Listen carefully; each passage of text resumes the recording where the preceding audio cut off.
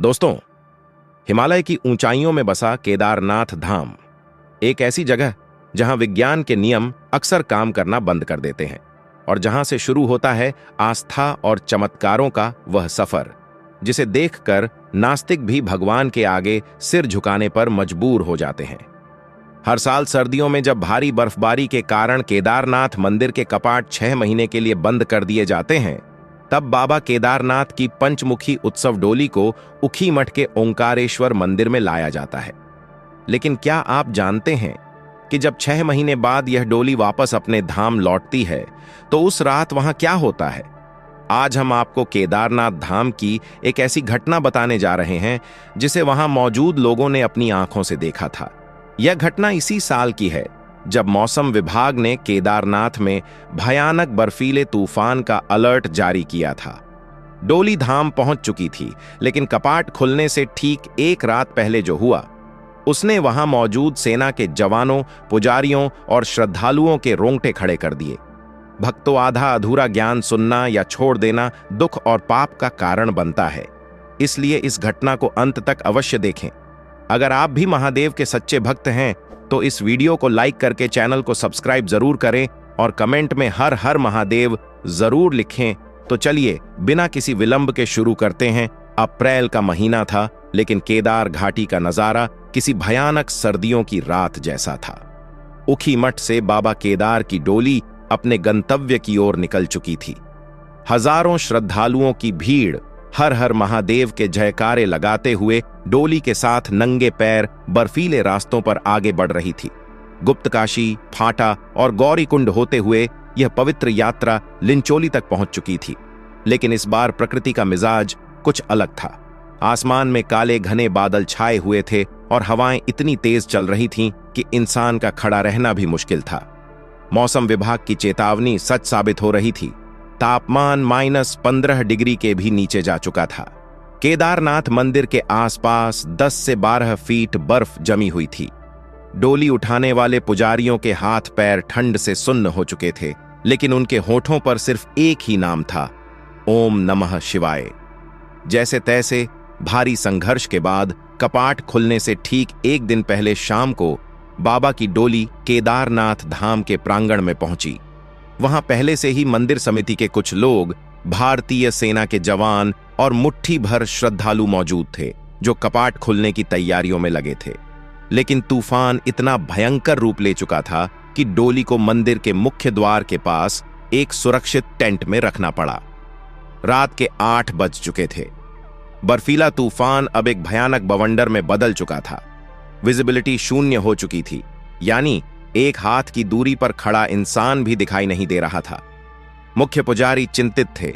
अगले दिन सुबह कपाट खुलने का शुभ मुहूर्त था, लेकिन इस भयंकर तूफान में मंदिर के मुख्य द्वार तक पहुंचना और बर्फ हटाकर ताला खोलना असंभव लग रहा था। रात के 12 बजे सभी लोग अपने अपने टेंट और गेस्ट हाउस में सिकुड़े हुए थे। बाहर हवाएं इस तरह चीख रही थीं मानो हिमालय किसी बात पर क्रोधित हो। कुछ श्रद्धालुओं को लगने लगा था कि शायद इस बार बाबा नहीं चाहते कि कपाट समय पर खुलें, लेकिन शिव की लीला को कौन समझ पाया है। चमत्कार का वह समय अब नजदीक आ रहा था। रात के ठीक 3:15 हुए थे।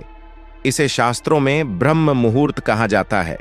अचानक वह भयंकर चीखता हुआ बर्फीला तूफान, जो पिछले 48 घंटों से केदार घाटी में तांडव मचा रहा था, सेकंडों में शांत हो गया। बिल्कुल शांत। हवा का एक पत्ता भी नहीं हिल रहा था। यह प्रकृति का ऐसा बदलाव था जो वैज्ञानिक दृष्टिकोण से पूरी तरह असंभव था। कोई भी साइक्लोन या तूफान 1 सेकंड में इस तरह शून्य नहीं हो सकता। इस रहस्यमयी शांति को महसूस करके टेंट में सो रहे सेना के जवान और पुजारी बाहर निकल आए, और बाहर आते ही उनकी आंखें फटी की फटी रह गईं। आसमान से बादल पूरी तरह गायब हो चुके थे और करोड़ों सितारे केदार घाटी को अपनी रोशनी से नहला रहे थे। लेकिन असली चमत्कार आसमान में नहीं, बल्कि जमीन पर हो रहा था। -20 डिग्री की उस जमा देने वाली ठंड में अचानक हवा में एक अजीब सी गर्मी महसूस होने लगी। यह कोई आम गर्मी नहीं थी। यह वैसी ही गर्माहट थी जैसी किसी विशाल हवन कुंड के पास बैठने पर महसूस होती है। हवा में एक दिव्य सुगंध फैलने लगी, जैसे हजारों किलो ताजा भस्म, रुद्राक्ष और कमल के फूलों को एक साथ मिला दिया गया हो। वहां मौजूद हर इंसान का शरीर इस अनजान ऊर्जा से कांपने लगा। तभी केदारनाथ के ठीक पीछे स्थित विशाल केदार डोम पर्वत की दिशा से एक आवाज आनी शुरू हुई। यह आवाज किसी आधुनिक स्पीकर या यंत्र की नहीं थी। यह एक ब्रह्मांडीय नाद था, एक विशाल डमरू की आवाज। डम डम डम। आवाज इतनी गहरी थी कि वहां मौजूद लोगों के सीने में कंपन होने लगी। कुछ श्रद्धालुओं की आंखों से आंसू बहने लगे। वे बिना कुछ समझे वहीं बर्फ पर घुटनों के बल गिर पड़े। और फिर जो नजारा वहां मौजूद लोगों ने देखा, उसने उनके जीवन भर के लिए विज्ञान और तर्क की परिभाषा को ही बदल दिया। मंदिर का वह मुख्य द्वार, जो 6 महीने से भारी ताले से बंद था और जिसके ऊपर कई फीट बर्फ जमी हुई थी, उस बंद लकड़ी के दरवाजे के अंदर से एक सुनहरी और नीले रंग की दिव्य रोशनी बाहर की तरफ फूटने लगी। यह रोशनी इतनी तेज थी कि मंदिर के आसपास जमी 10 फीट गहरी बर्फ तेजी से पिघलने लगी।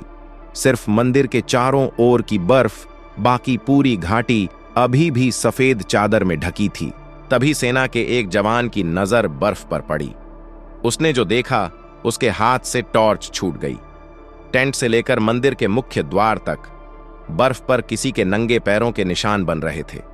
कोई अदृश्य शक्ति चल रही थी। पैरों के निशान किसी आम इंसान के नहीं, बल्कि आकार में बहुत बड़े थे। और सबसे हैरान करने वाली बात यह थी कि उन पैरों के निशानों के साथ साथ एक विशाल जानवर के पंजों के निशान भी बन रहे थे, जैसे कोई विशाल बैल नंदी अपने स्वामी के साथ मंदिर की ओर जा रहा हो। छप छप छप। भारी कदमों की आवाज साफ सुनी जा सकती थी। वह अदृश्य ऊर्जा ठीक डोली के पास आकर रुकी। डोली अचानक बिना किसी के छुए हवा में हल्की सी हिलने लगी, जैसे किसी ने उसे प्रेम से छुआ हो। और इसके बाद वे कदमों के निशान सीधे मंदिर के बंद दरवाजे की तरफ बढ़े। लोग सांस रोके, पत्थर की मूर्ति की तरह खड़े यह सब देख रहे थे। किसी के अंदर इतनी हिम्मत नहीं थी कि एक शब्द भी बोल सके। जैसे ही वे अदृश्य कदम मंदिर के मुख्य द्वार तक पहुंचे, वह भारी भरकम ताला, जिसे खोलने के लिए पुजारियों को चाबियों और हथौड़ों की जरूरत पड़ती थी, अपने आप बिना किसी के छुए खटाक की आवाज के साथ खुल गया। मुख्य पुजारी जी, जिनकी आंखों से आंसुओं की धारा बह रही थी, समझ गए कि उनके आराध्य देवों के देव महादेव अपने गर्भगृह में प्रवेश कर चुके हैं। उन्होंने कांपते हुए हाथों से शंख उठाया और पूरी केदार घाटी में शंख की ध्वनि गूंज उठी। वहां मौजूद हर एक व्यक्ति जोर जोर से रोने लगा और आसमान की तरफ देखकर हर हर महादेव, शंभू, काशी विश्वनाथ, गंगे के जयकारे लगाने लगा। अगले दिन सुबह जब सूरज की पहली किरण केदारनाथ मंदिर पर पड़ी, तो न कोई तूफान था न कोई बाधा। कपाट आधिकारिक रूप से आम लोगों के लिए खोले गए। जब पुजारी गर्भगृह के अंदर गए तो उन्होंने देखा कि वहां रखा हुआ 6 महीने पुराना घी का दीपक आज भी उसी लौ के साथ जल रहा था और शिवलिंग के ऊपर ताजा बिल्वपत्र और भस्म छड़ी हुई थी। किसने चढ़ाई वह भस्म? कौन था जो उस बर्फीले तूफान को चीरता हुआ रात के अंधेरे में वहां आया था? वह पैरों के निशान किसके थे? विज्ञान इसे भले ही मौसम का कोई रहस्यमयी बदलाव या मतिभ्रम कह दे, लेकिन जो उस रात वहां मौजूद थे, वे जानते हैं कि जब भगवान केदारनाथ अपनी शीतकालीन गद्दी से वापस अपने मूल धाम लौटते हैं, तो स्वयं प्रकृति उनके स्वागत के लिए अपना रूप बदल लेती है। दोस्तों, शिव की लीला अनंत है। केदारनाथ सिर्फ एक मंदिर नहीं, बल्कि एक ऐसा द्वार है जहां दुनिया के सारे तर्क खत्म हो जाते हैं और सिर्फ आस्था काम करती है। अगर आपको इस कहानी ने अंदर तक झकझोर दिया है और आपके भी रोंगटे खड़े हुए हैं, तो कमेंट बॉक्स में एक बार सच्चे दिल से हर हर महादेव या जय बाबा केदार जरूर लिखें। वीडियो को लाइक करें और इसे अपने परिवार और दोस्तों के साथ शेयर करें, ताकि शिव के इस अलौकिक चमत्कार के बारे में सबको पता चल सके।